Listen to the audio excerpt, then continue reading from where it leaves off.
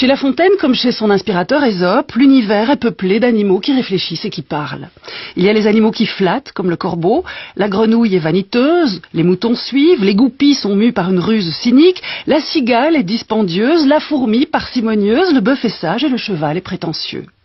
Pour attirer notre attention sur les vertus de la patience et de la longue vue contre les préjugés, une fable fabuleuse de La Fontaine nous enseigne l'art nécessaire de considérer le temps. Cette fable, c'est celle du lion et du rat. Vous vous souvenez? Il y a un lion, roi des animaux, métaphore du pouvoir, de l'autorité, de la force absolue. Il y a un lion et puis il y a un minuscule rat qu'épargne le lion.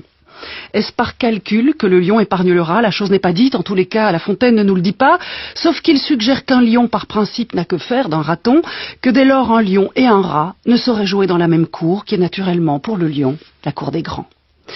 Mais voilà le lion, tout puissant qu'il soit et qu'il s'estime, le voilà qui est pris dans un piège et qui pourrait mourir.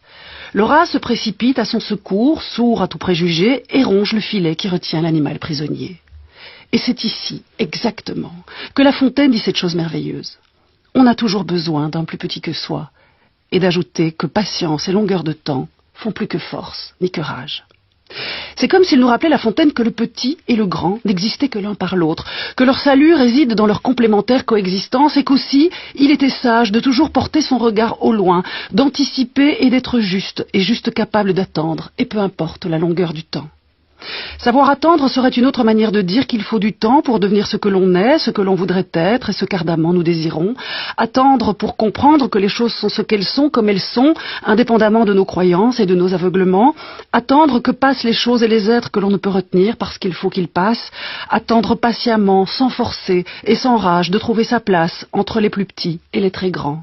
Attendre pour reconnaître au fil du temps qui sont les autres, qui sont ceux qui nous aident, qui nous aiment et que nous aimons vraiment, et à quel moment peut-être, ils nous ont sauvé la vie.